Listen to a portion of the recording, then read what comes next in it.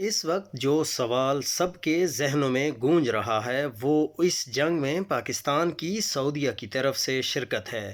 معاہدہ موجود ہے، دباؤ بھی موجود ہے اور ہمارے بڑے صاحب کو سعودیہ بلایا بھی اسی لیے گیا تھا۔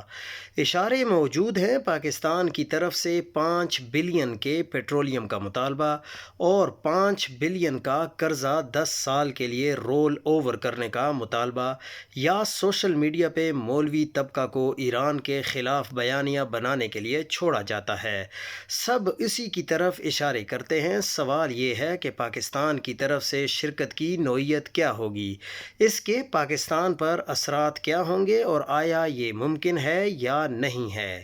جہاں تک پہلے سوال کا تعلق ہے تو ایسا ہرگز ممکن نہیں ہے کہ سعودیہ کو اپنی سرزمین پر ہمارے فوجی چاہئیں۔ زمینی جنگ کے دور دور تک آثار نہیں ہیں، ورنہ یہ کوئی مسئلہ ہی نہیں تھا۔ دوسرا امکان بلوچستان میں امریکہ کو اڈے فراہم کرنا تھا۔ اس میں بہت دیر ہو چکی ہے، کیونکہ جنگ کے دوران اڈے ایران نہ تو آسانی سے تعمیر ہونے دے گا اور ویسے بھی اڈے تعمیر ہوتے ہوتے جنگ کوئی اور سٹیج لے جا چکی ہوگی۔ واحد امکانی صورت پاک فوج کی طرف سے ایران پہ براہ راست حملہ ہی ہے، یا نرم الفاظ میں اسے کچھ اور کہہ لیں۔ مقصد ایران کو دباؤ میں لا کر سرنڈر جیسے کسی سمجھوتے پر مجبور کرنا ہے، اور جلد از جلد، کیونکہ جنگ کا طول کھینچنا امریکہ کی شکست کے مترادف ہے۔ کیونکہ ایسا ہوا تو خلیج میں سپلائی لائنز کی جنگ چھڑ جائے گی اور خلیجی ممالک سرنڈر پر مجبور ہو جائیں گے۔ دوسرا سوال ایسا ہونے کی اثرات کا بھی ہے، کیونکہ ایران ایسی اے سیمیسٹرک وار کو اس میں بہت مہارت رکھتا ہے اور اس کا جواب اسی صورت میں دے گا۔ افغانستان سے پہلے ہی ہماری بگرام ایئر بیس کے حصول کی جنگ جاری ہے، جسے ہماری طرف سے دہشت گردی کے خلاف جنگ کہا جا رہا ہے۔ ایران اسی طرف سے جواب دے گا اور پاکستان کے اندر ایک ایسی جنگ چھڑ جائے گی جسے بڑے صاحبان اور مولوی دہشت گردی کے خلاف جنگ کہہ رہے ہوں گے۔ دوسری سائیڈ اسلام کی امریکی غلامی سے نجات کی جنگ اور عوام اسے بڑے صاحب کی کرسی کی جنگ سے عنوان کر رہے ہوں گے۔ کیا جو ہمارے بڑے ادارے ہیں وہ اس کے لیے تیار ہیں؟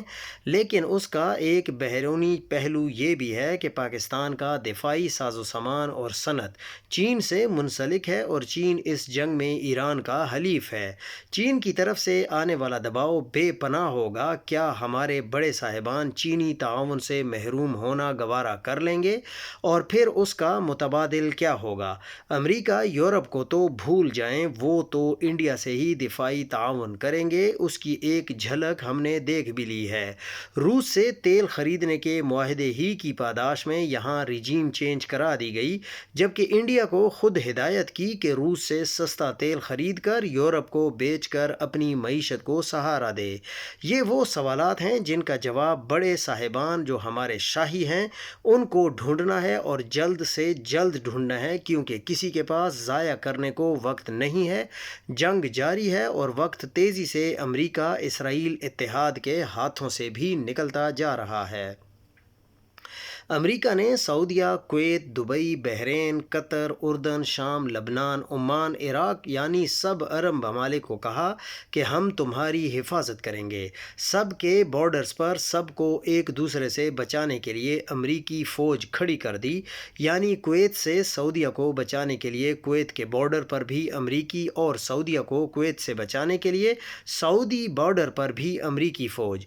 سب کو ایک دوسرے سے ڈرا کر اور اپنی طاقت بڑھانے کے لیے ان سے معاہدے کیے اور ان سے پیسے، تیل اور سونا بٹورتا رہا۔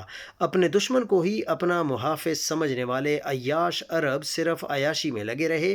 اب امریکہ ان کو تنہا چھوڑ کر صرف اسرائیل کو بچا رہا ہے اور منہ دوسری طرف کر کے عربوں کو چھتر بھی پڑتے دیکھ رہا ہے۔ عربوں کے ساتھ کیا ہونے والا ہے تاریخ خود کو دہراتی ہے۔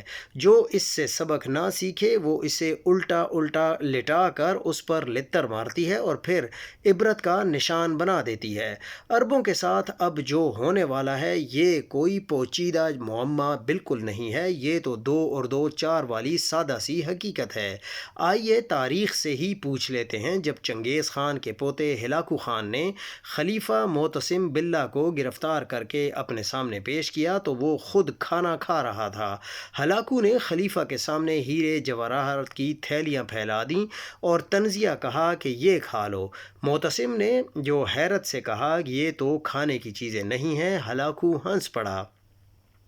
جو کھایا نہیں جا سکتا وہ جمع کیوں کیا؟ اس مال کو اپنی فوج پر خرچ کرتے، کماتے، تلواریں نیزے بنواتے، اپنی قوم کو طاقتور بناتے تو آج یہ انجام نہ ہوتا۔ معتصم نے گھبرا کر کہا کہ شاید یہ اللہ کی مرضی تھی۔ ہلاکو نے جواب دیا، جو تیرے ساتھ اب ہوگا وہ بھی اللہ ہی کی مرضی ہوگی۔ پھر اسے گھوڑوں سے باندھ کر روندا گیا۔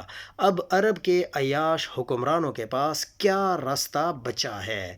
یہ بے حس انسان نما بھیڑیے اپنی زندگی کے ہر کمزور لمحے کی ویڈیو اور تصویر خود ہی یہود و ہنود کے حوالے کر چکے ہیں۔